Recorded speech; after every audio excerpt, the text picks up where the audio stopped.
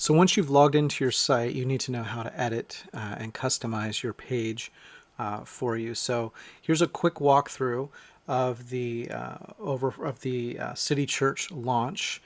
This is for a client that we're setting up for Overflow Church in Orlando. And so I just want to show you how to edit different areas of this template, kind of walk you down through the template.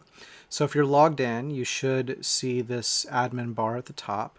And if you click on Page Builder, that will reload the page with the Page Builder interface active. And usually the first time it takes just a moment. Then once the Page Builder is active, you should see these sort of wireframe outlines show up around specific elements. You'll notice that this frame kind of takes up the whole width. This is a row. Inside the row are modules, and those modules are also actually inside of columns. So here's a column inside of a row, and inside the column there are 5 different modules in that column. Okay. So you can also see sort of the order of things using this outline view if you need to get a little better look at what's on the page. But now let's say you wanted to start by just changing the church name here. You could click on that, and then in this general tab you'll see the heading itself is there, and you could change this to Outflow Church, and there you can see the changes right there.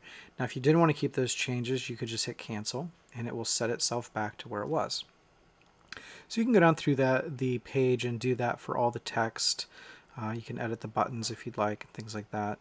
If you'd like to change this background image, you would actually hover over this the row, so not the modules that are in the row, but over the row itself, and you would click on this row settings option right here.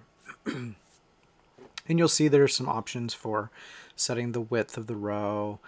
For instance, this row is set so that the content stays within 960 pixels.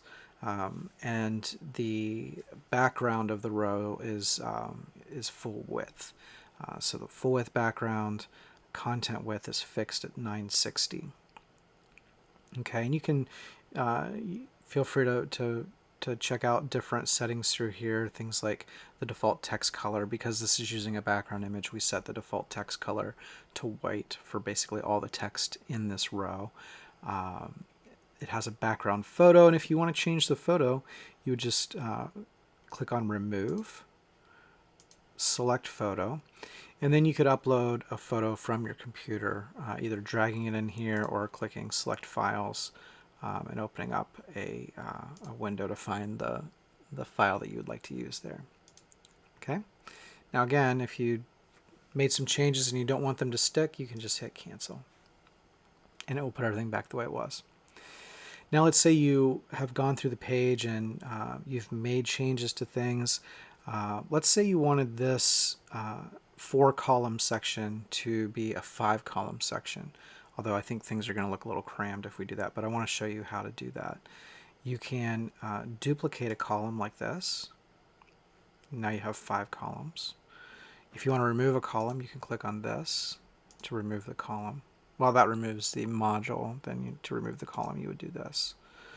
And then if you wanted to, you can actually drag columns in here. These would be just empty columns that you can put between rows, or if you wanted another column in the same row but above the 4 columns, you could put it there or down here.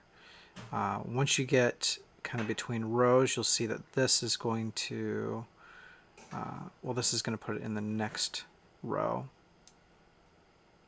Oh, I let go of it without meaning to, so let me get rid of that. So you can change the layout of the page a little bit if you'd like there as well. Now once you've gone through, let's say you want to change this photo, similar to changing the background, except you just click right on the photo and change out the photo here. And then once you're down through the entire page and you've made all the changes you want, basically you would hit Done. And if you're ready to publish those changes, you would hit Publish. If you're not ready to publish them, you can hit Save Draft and they'll stay in the page builder, and then you can come back to it and launch the page builder again, and your changes will be there waiting for you.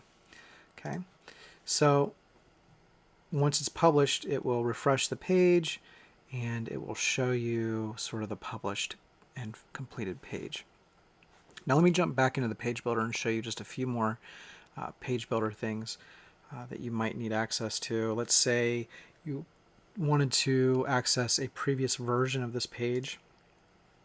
It does save revisions, and so if you hit this drop down menu here when you're in the page builder and click on revisions, it will show here's the revision from when I published this site 5 days ago. So let's say you went in, made some changes, but then you wanted to kind of back up and start over again. You could do that.